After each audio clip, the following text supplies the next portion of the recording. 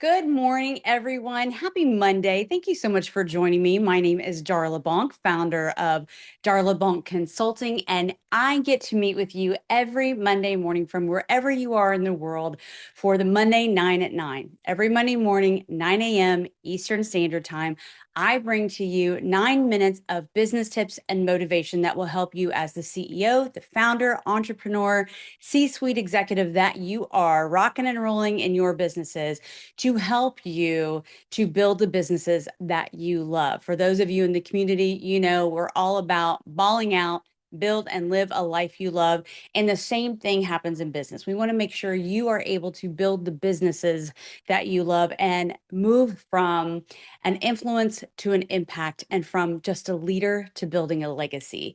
So if you and your teams ever need any assistance, please reach out to us. We customize programs and plans for you and your business and your leadership team. Today, I want to talk to you guys about the art of graceful succession. So, in honoring the past of what happens or who you inherit a company from, work from, a team from, how do you do that to gracefully shape a future that is compelling, that allows you to build a culture and build in cohesion and build communication that will drive your businesses forward? I was gone all last week, so I set this up a week before to be ready for this content and wrote it, and not putting the two and two together about the historic day today, not only with celebrating Dr. Martin Luther King Jr., but also in the presidential transition. And I want to really speak with you because leaders really struggle sometimes with knowing how to inherit new teams and how to inherit these companies without completely dismissing the work that was done before. And oftentimes they pivot and they criticize and they degrade what was done before while missing out on a huge opportunity to build on what was done before and celebrate and highlight those successes and pivot and catapult their way to a new era of leadership and success that will move the businesses forward and bring everyone along for the ride. So that's what we're going to be talking about today. And I want to dive in with the temptation of criticism, right? Because the approach to this can be very counterproductive when we criticize the work that was done before us, because we can dismiss and create a barrier between us and the very people and the very strategies that we are trying to influence, build upon, and create success from. So it's natural to really want to differentiate ourselves from those who came before us. Perfectly natural. We might feel that urge to highlight flaws, excuse me, in previous strategies. This is what went wrong, and we're never going to do this again. Or we might want to distance ourselves from these past decisions. And we even may want to emphasize how things are going to be different now, right? All of us have been guilty of doing this, at least minimally, if not in a horrible way, right? But this can be a very problematic, deeply problematic situation. And there's a hidden cost, guys, to dismissing past work. So let's dive into that. Number one, you can demotivate your team. You can single-handedly demotivate your team simply by talking about all the flaws that came before you, because many of your team members likely contributed to the previous scope of work, initiatives, plans, actions. So by dismissing their work, you are risking alienating them and demoralizing them. And further, you may squash their ability and drive and willingness to take risks and to think and be creative. So you don't want to be the one that's responsible for that. Number two, you can create and build resistance all by yourself, because criticism of past leadership can create a defensive atmosphere, making people less receptive to your new ideas and making them immediately operate from a place of fear. And that is the last thing you're trying to do as an impactful leader and a legacy leader, but it can happen naturally. You can also undermine the organization's continuity, because abrupt shifts can disrupt ongoing projects and relationships that can be potentially harming to the organization's stability. You want to come in and help stabilize the organization, not tear it down and not halt everything that has already been done. Even if you need to make a full pivot and change what has been done before, there is a graceful way and gracious way to do that that will bring the troops along for the ride. And four, it can damage your own credibility, which is the last thing you want to have happen.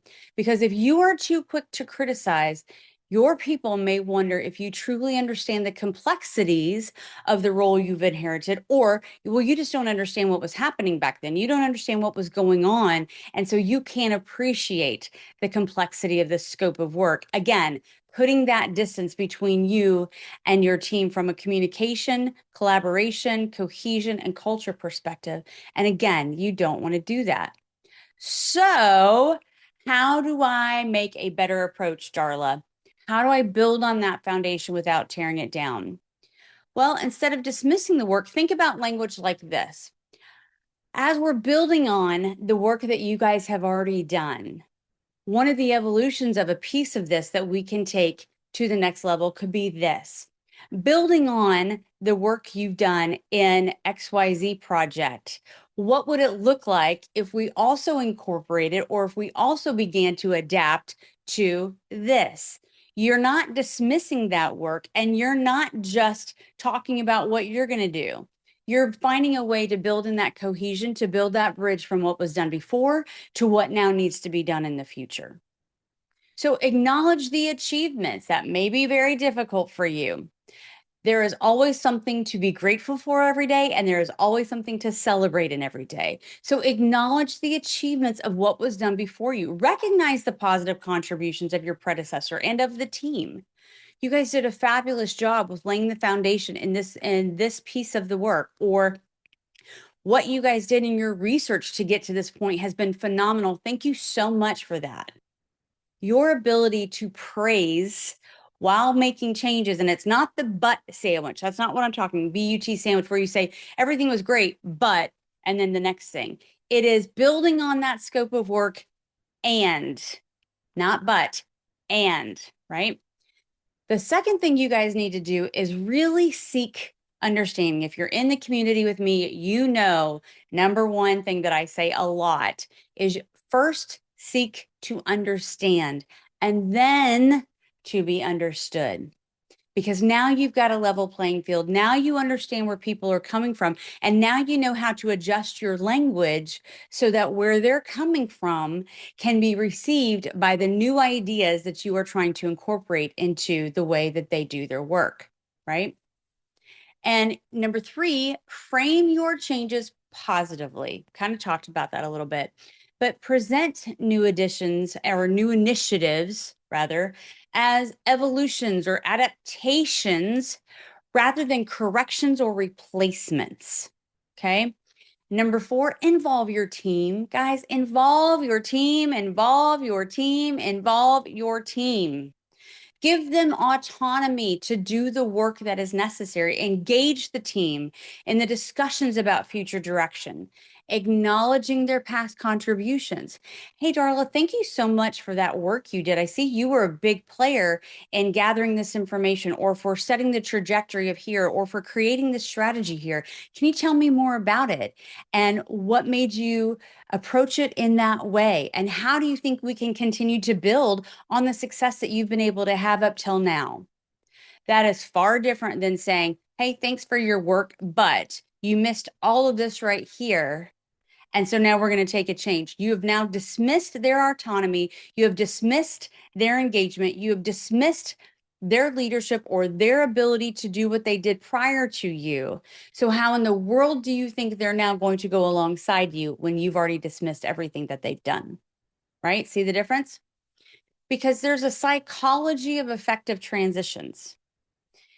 People, even if you don't believe so, people have a psychological attachment to their work and to their leader, even if it's not so much in a negative, even if it's not positive. People have an attachment to their leader. People go to work for a company and 90, we all know the thing, 90% of them leave their leader. So how do you make them want to do the productive work that you need them to? Because remember, it is your job as a leader to what? Number one, inspire greatness. And remember, as a leader, you do not demand production. You must inspire it. You must inspire it. So remember these psychological attachments that people have to their work. You can't dismiss what was done before. You have to acknowledge, praise, and inspire them to do work moving forward that you now know they need to do. But here's the greatest thing: by simply acknowledging, respecting, and praising the past, you get to number one, build trust and goodwill with your team. Number two, you get to demonstrate what I think is one of the most effective skills leaders can have: emotional intelligence. You get to create a sense of continuity that helps people feel secure because you're acknowledging their work, you're acknowledging their place, you're acknowledging they should continue to have a seat at the table in building and creating success within your organization and company. And remember, true leadership is not about proving your predecessor wrong or your previous team wrong. It is and must be about always moving an organization forward. We get so hung up sometimes of looking in the rearview mirror of why did this happen? How did this happen? How did we get here? And while that conversation has a place, most of the time we need to be looking through the windshield. That's why it's bigger, right? So by honoring this work that has come before you, you get to set a tone of respect, of continuity, and of the collaborative process, which is what you want to build in your teams. You are teaching your team how to be leaders. You are teaching your team how to have the right language in the business world. You are teaching your team how to approach the world of work in a strategic and tangible and gracious way that will help them create more leaders, right? So you're not here, leader, to erase history, but you are here to write the next chapter. So do so with wisdom and with grace and respect for those who have paved the way. All right, my friends, that is 9 minutes of business tips and motivation here on Monday morning. I will see you right back here next Monday, 9 a.m. Eastern Standard Time. And if you do not get my emails, but would like to, so you know when I'm going live or when I'm doing these trainings or what's next coming from Darla Bonk Consulting that you and your team could take advantage of, send me a note at darla@darlabonk.com or head on over to my website at darlabonk.com and you can sign up right there. All right, guys, make it a great week. I'll see ya.